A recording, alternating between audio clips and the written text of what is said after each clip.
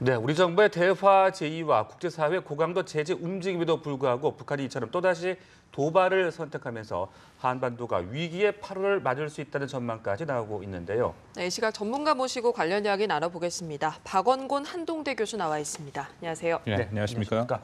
네, 북한의 이번 기습 미사일 발사에 대응해서 우리 정부의 대응도 빨라지고 있는데요. 먼저 조금 전 들어온 이 부분부터 좀 짚어보겠습니다. 우리 정부가 한미 미사일 지침 개정 협상을 조속히 개시하겠다 이렇게 지금 밝혔는데요. 네. 한미 공조를 더 긴밀하겠다는 의미로 보입니다. 어떻게 분석하십니까? 예, 그렇습니다. 한미 미사일 지침 개정에 대해서는 지난번 한미 정상회담 때 우리 문재인 대통령이 트럼프 대통령과 만나서 이미 얘기를 나눈 것으로 알려져 있습니다. 이 미사일 지침이라는 것이 미국의 입장에서는 굉장히 민감한 사안들이거든요. 네. 예를 들어서 지금 한국이 가질 수 있는 그 미사일이라는 게 이제 사거리가 800kg, 800km, 그리고 탄두 중량이 지금 500kg으로 이제 그 딱 제한이 돼 있습니다. 네. 이제 그것을 1톤으로 늘린다라는 건데 이게 민감하다라는 것이 예를 들어서 사거리를 800km에서 그 이상으로 늘리면 이게 한반도를 벗어나서 중국까지도 이렇게 공격을 할 수 있는 미사일을 한국이 갖게 되는 거죠. 그러니까 미국의 입장에서는 그런 것들이 지역의 안정을 해치는 그런 것이다라고 생각을 하는 겁니다. 근데 트럼프 대통령한테 이제 우리 문재인 대통령이 정상회담에 얘기를 했을 때 아주 쉽게 왜 안 되겠느냐 해보자 그렇게 얘기를 했다라는 거죠.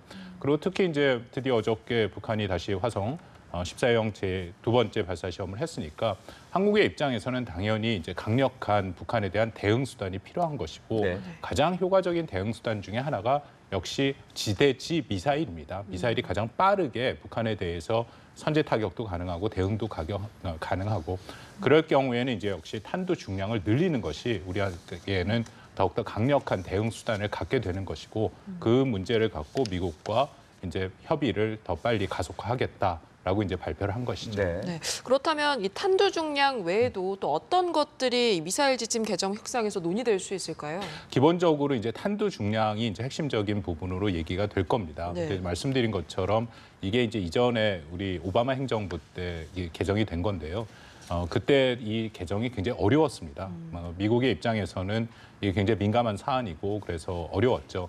근데 탄두 중량을 그때도 그래서 뭐 우리 입장에서는 더 큰 탄두를 갖는 것이 좋고 또 사거리도 더 늘리는 것이 좋긴 하지만 미국에서는 계속 반대를 했고 네. 1톤 정도로 지금 늘리면 이게 우리 입장에서는 충분합니다. 이게 트레이드 오프라는 게 있는데요. 네. 뭐냐면은 탄두 중량을 줄이면 그만큼 사거리를 늘릴 수가 있습니다. 그러니까 사거리에 늘릴 수 있는 연료를 더 넣을 수가 있다는 거죠. 네. 반대로 탄두 중량을 좀 더 늘리면 사거리가 좀 줄어들 수도 있죠. 그러니까 현재 한국에 우리가 북한에 대한 위협 대응으로는 이 1톤 정도 그리고 800km 정도의 사거리가 적합한 것이고요. 이것을 갖고 미국이랑 잘 협상을 해서 조속한 시일 내에 이것을 합의를 도출하는 것이 전 중요하다고 생각합니다. 네, 그 미사일 발사 당시 상황으로 좀 돌아가 보겠습니다.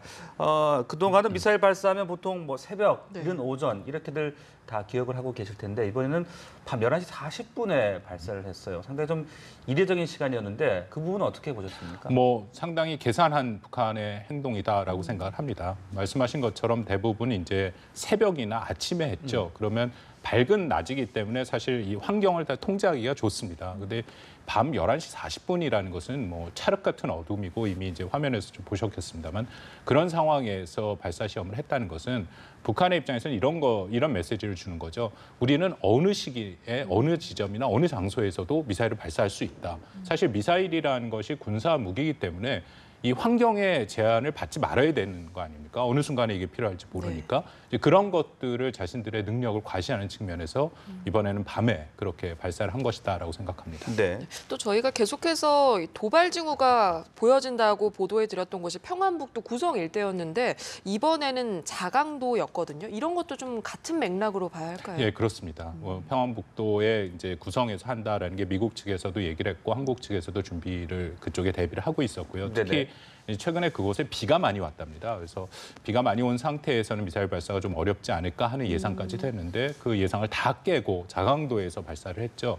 근데 자강도라는 것이 이게 중국 국경 부근입니다. 네. 그래서 그쪽에서 발사를 했다는 게 또 의미가 있는 것이 한국 또는 한미 연합이 그것에 이제 상응하는 대응을 하기가 굉장히 어렵습니다. 왜냐하면 중국 국경 부근이기 때문에 혹시라도 우리가 잘못 폭격을 한다 해서 국경을 넘어갈 수도 있지 않습니까? 그럴 경우에는 이제 중국과의 군사적인 분쟁이 있을 수 있다라는 거죠. 또 자강도가 굉장히 이게 산세가 험합니다. 네. 또 그곳의 지하를 뚫고 지금 북한이 그 미사일 시설들을 또 미사일 부품들, 미사일 공장을 만들어놨기 때문에 우리 입장에서는 그것에 대해서 폭격을 하기가 쉽지 않은 그런 위치죠. 그래서 일부러 그런 부분을 또 북한에서는 고려를 해서 발사를 한 거라고 생각을 합니다. 네, 그 지난 4일이었죠. 화성 14형 1차 발사 때와 좀 비교를 하면은 이번 미사일은 상당히 지금 사거리가 늘어난 것으로 분석이 되고 있고 기술 진전이 많이 이루어진 것으로 지금 평가가 되고 있어요.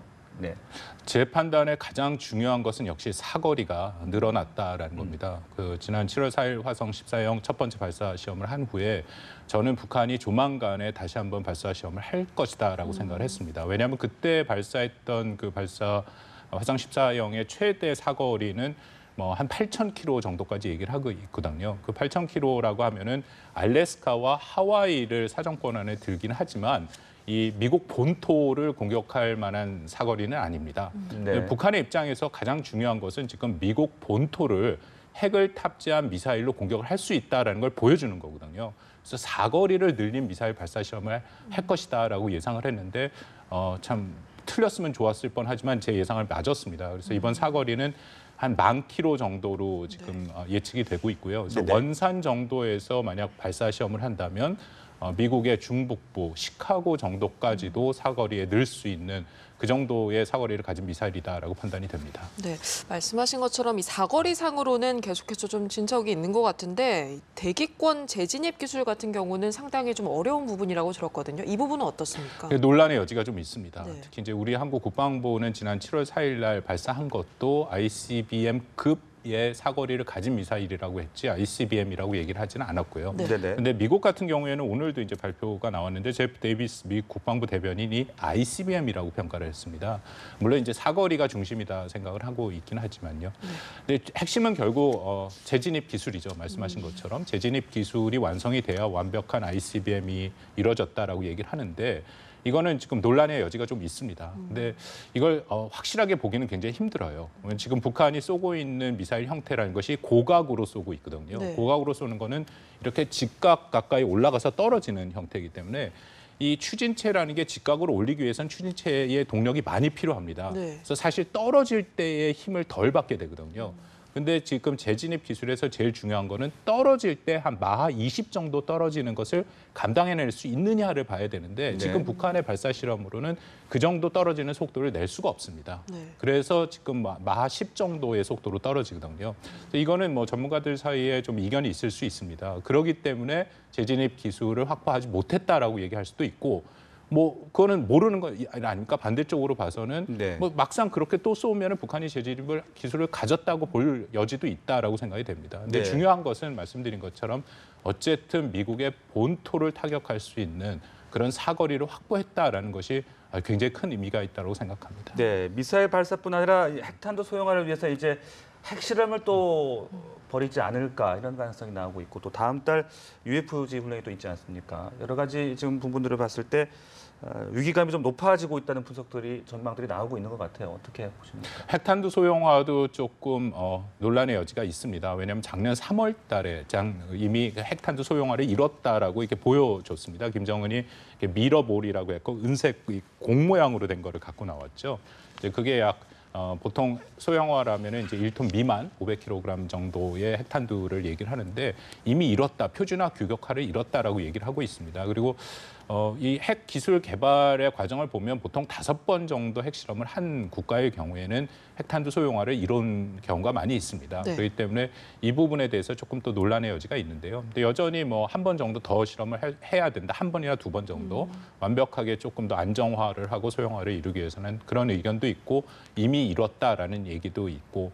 근데 제 판단에는 이것도 미국한테 보여주기형으로 갈 가능성이 네. 있습니다. 그렇기 때문에 앞으로 이 미국이 어떻게 반응하느냐에 따라서 핵실험의 가능성은 저는 앞으로도 있다라고 생각합니다. 네. 사실 우리 정부가 북한에 27일까지 군사회담의 제안에 답을 달라 이렇게 좀 요청을 하지 않았습니까? 그런데 이런 과정에 24일 만에 또 미사일 도발에 나섰는데 뭐 우리 정부와 대화하지 않겠다는 의도인가요? 그것도 아직 정확하게 북한이 얘기를 하지는 않았습니다. 네. 무응답이죠. 네. 그러니까 거부를 한 것도 아니고 뭐 그렇다고 다 받아들인 것도 아니고 이제 응답을 안 하고 있는 상태고요.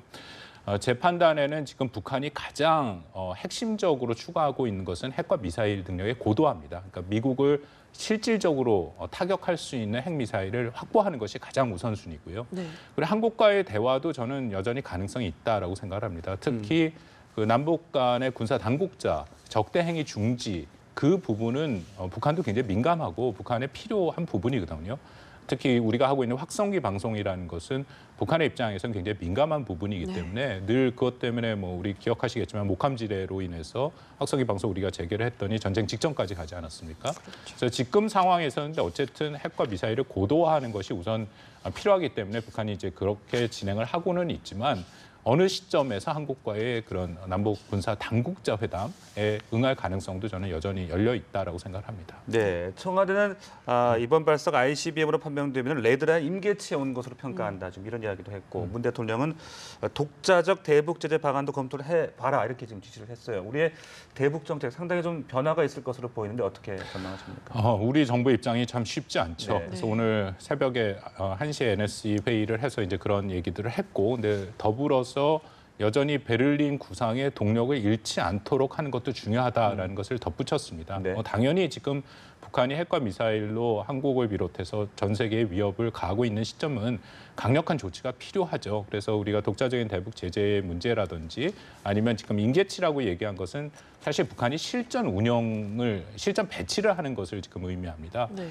그 수준까지 간다면은 뭐 또 그 회의에서 얘기가 나왔습니다만 동북아의 안보 구도가 바뀐다라는 환경이 바뀐다라는 게 다 사실이거든요. 그래서 지금이 굉장히 중요한 시기고 어떻게든지 북한의 핵과 미사일을 동결시키고 그리고 비핵화를 위한 협상으로 북한을 끌어내는 것이 아주 중요하다라는 것을 강조한 것이다라고 판단됩니다. 네, 알겠습니다. 오늘 말씀은 여기까지 듣도록 하겠습니다. 지금까지 박원곤 한동대 교수였습니다. 고맙습니다. 고맙습니다. 감사합니다.